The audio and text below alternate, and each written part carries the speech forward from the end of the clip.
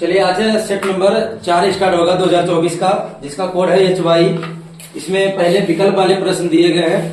पहला प्रश्न कहा गया है, इसमें बहुपद दिया गया है मुझे 3x² प्लस 5x प्लस 2। तो 3x² प्लस 5x प्लस 2 हमने एक बहुपद लिख लिया।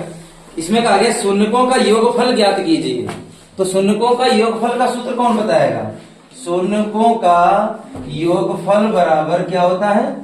शून्यकों का योगफल बराबर क्या होता है? माइनस x का गुणांक बटे में x² का गुणांक। ये तो शून्यकों में लिख लेते हैं, मतलब बहुपद में लिख लेते हैं। वैसे तो तुम द्विघात समीकरण के अनुसार से -b बटे a लिख सकते हो, वो एक ही बात है। इससे ज्यादा समझ में आ जाएगा तुम्हें।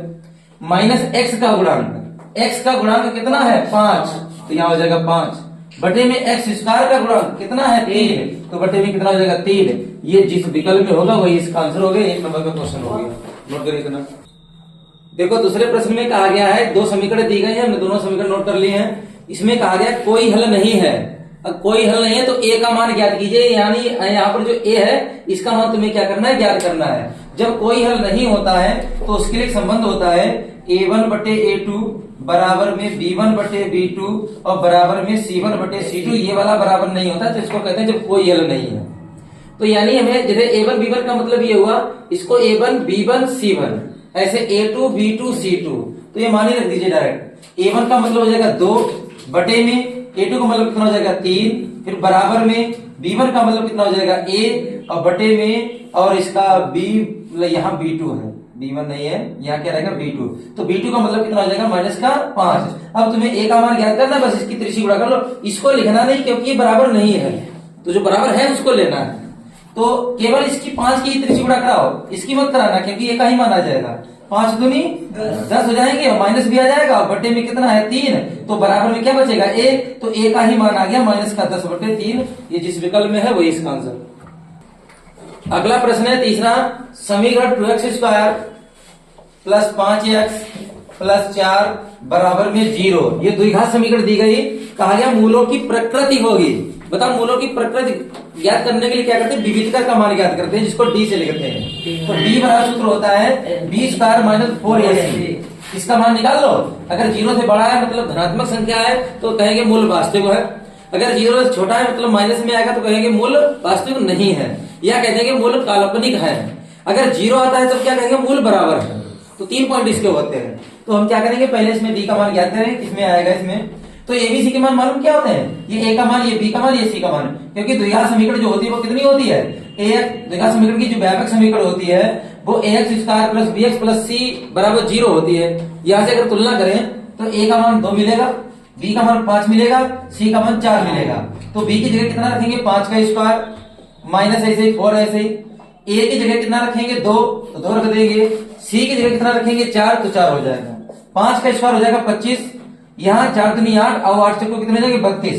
और 25 से अगर 32 जाएंगे तो कितने बचेगा? -7 बचेगा, -7। अब बताओ संख्या माइनस में आई मतलब 0 से छोटी आई, तो इसका मतलब ये हो जाएगा मूल वास्तविक नहीं है, या कह देंगे मूल काल्पनिक है। ये तुम्हारा विकल्प में डिपेंड करेगा क्या विकल्प में दिया गया है। इसमें दिया गया मूल वास्तविक नहीं है, तो वास्तविक नहीं है यानी डी वाला इसका उत्तर सही हो जाएगा। लिख देंगे अतः मूल वास्तविक नहीं है। कभी कभी लिखा जाता है मूल काल्पनिक है, तो मूल काल्पनिक लिख देते हैं। ये इसका आंसर हो गया। नोट करो।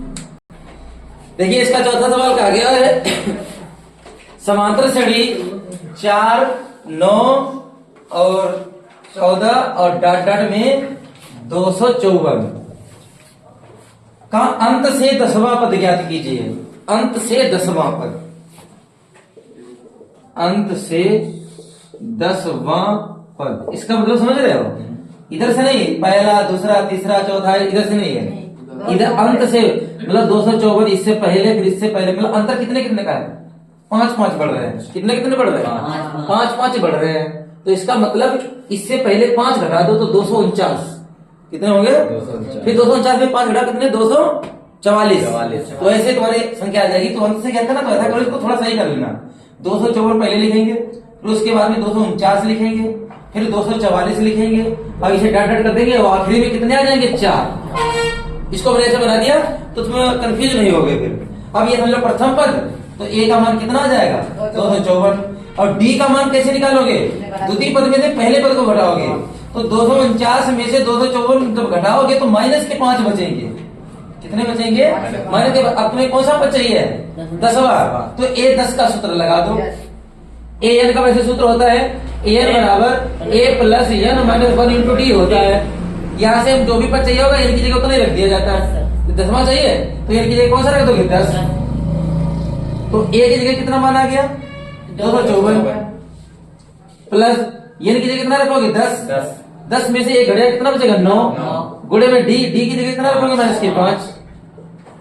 तो 254 ऐसे 9 की 5 में गुणा कर, पहले प्लस माइनस पहले माइनस होगा और 9 बचे कितने जाएंगे? 45। घटाओ इसमें से 45 कितने बचे? 209।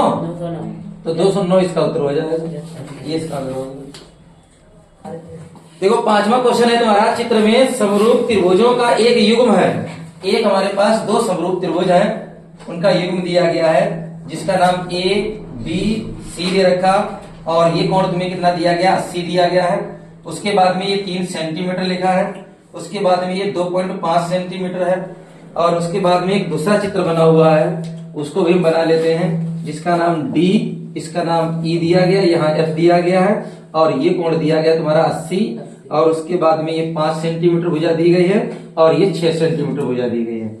अब इसमें ज्ञात क्या करना है? कहा गया चित्र में समरूप त्रिभुजों का एक युग्म है। तुमसे बोल दिया ये समरूप त्रिभुज ही है, तो सिद्ध नहीं तुम्हें करने हैं। तो कहा गया इन्हें सांकेतिक रूप में व्यक्त करने का सही रूप क्या होगा? जो आंसर दिया गया उनका सही रूप जैसे क्या होगा? त्रिभुज एबीसी समरूप है। त्रिभुज किसके हैं? ए बी सी समरूप है किसके? डी ई एफ के। डी ई एफ के। तो यहां से नहीं सही बना। देखिए यहाँ पे स्टार्ट कैसे हुआ? ए बी सी, ये कोण तो इसके बीच में फंस गया, लेकिन दूसरे ने कहा डी ई एफ, तो ये बीच में नहीं आया, तो पहला ऑप्शन नहीं होगा। दूसरा पढ़ते हैं, A B C, A B C ये हो गया और उसके बाद में E F D, E F D अब भी बीच में नहीं आया। यहाँ तो बीच में सी आना है लेकिन इसमें भी बीच में नहीं आया। तीसरा पढ़ते हैं, A B C, A B C ये तो आ गया बीच में, फिर E D F, E D F अब तीसरा सही आ गया। तो ये इसका तीसरा विकल्प सही हो जाएगा। कौन सा विकल्प सही हो जाएगा? सी विकल्प में कहा गया है त्रिभुज ए बी सी समरूप है किसके? त्रिभुज ई डी एफ के।